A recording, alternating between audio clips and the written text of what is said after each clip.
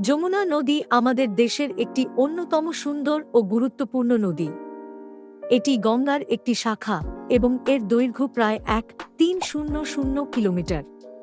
নদীটি পশ্চিমবঙ্গ থেকে শুরু হয়ে বাংলাদেশে প্রবাহিত হয়।